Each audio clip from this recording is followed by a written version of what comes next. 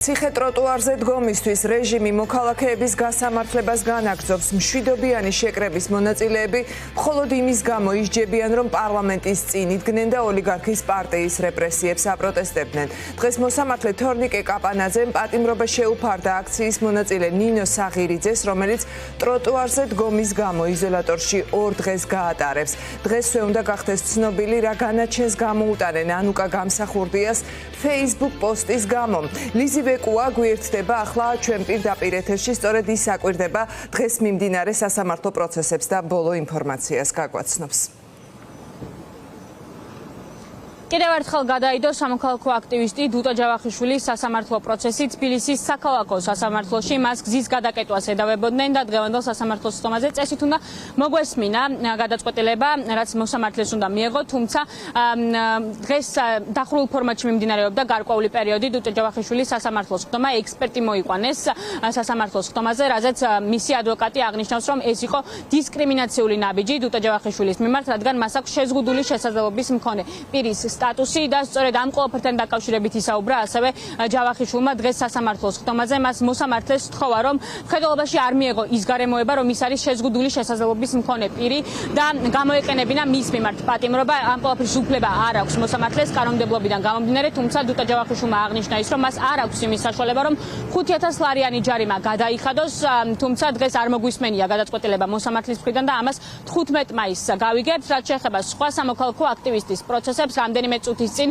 დაიწყო თბილისის საქალაქო სასამართლოში ანუკი გამსახურდიას სასამართლოს ხდომა, რომელსაც მოქალაქეზე შეურაცხყოფის მიყენების გამო, მოქალაქისთვის შეურაცხყოფის მიყენებისთვის გამო ემუქრება ადმინისტრაციული პატიმრობა. მას წვრილმანი ხულიგნობა აქვს წარდგენილი შინაგან საქმეთა სამინისტროს მხრიდან და შესაძლებელია ან ჯარიმით გამოუშვან დარბაზიდანვე, ან გაუშვან ადმინისტრაციულ პატიმრობაში. საქმის დეტალები ჯერჯერობით უცნობია თუ რა იქნება წარმოდგენილი შინაგან საქმეთა სამინისტროს ანუკი გამსახურდიას წინააღმდეგ, თუმცა გამსახურდია აღნიშნავს, რომ ის არ უშინდება ციხეს და აუცილებლად ჩაჯდება ციხეში მიუხედავად იმისა, თუ რამდენი დღით გაუშვებს მას მოსამართლე. რაც შეეხება სხვა სამოქალაქო აქტივისტების პროცესებს, დღევანდელი დღე არ იყო გამონაკლისი 2 დღიანი ადმინისტრაციული პატიმრობა უკვე შეუფარდეს სამოქალაქო აქტივისტ ნინო საღირიძესაც და რამდენიმე წუთში ასევე დაიწყება კიდევ 2 სამოქალაქო აქტივისტის პროცესი, რომლებიც ჩვენთან საუბრისას აღნიშნავენ, რომ მიუხედავად იმისა, რომ შესაძლებელია მათ სისხლის სამართლებრივი პასუხისმგებლობაც კი დაეკისროთ იმის გამო, რომ რუსთაველის გამზირზე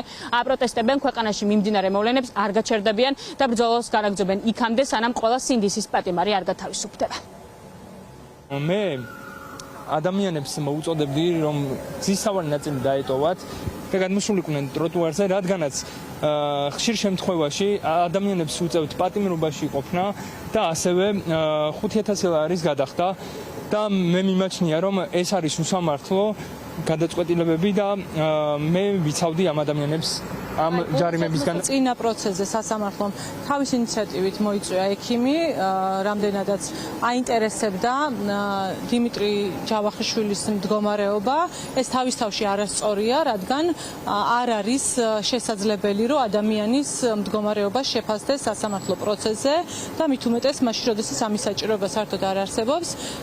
ის პროცესი იყო დახურული და დეტალებზე ვერ გავამახვილებ ყურადღებას.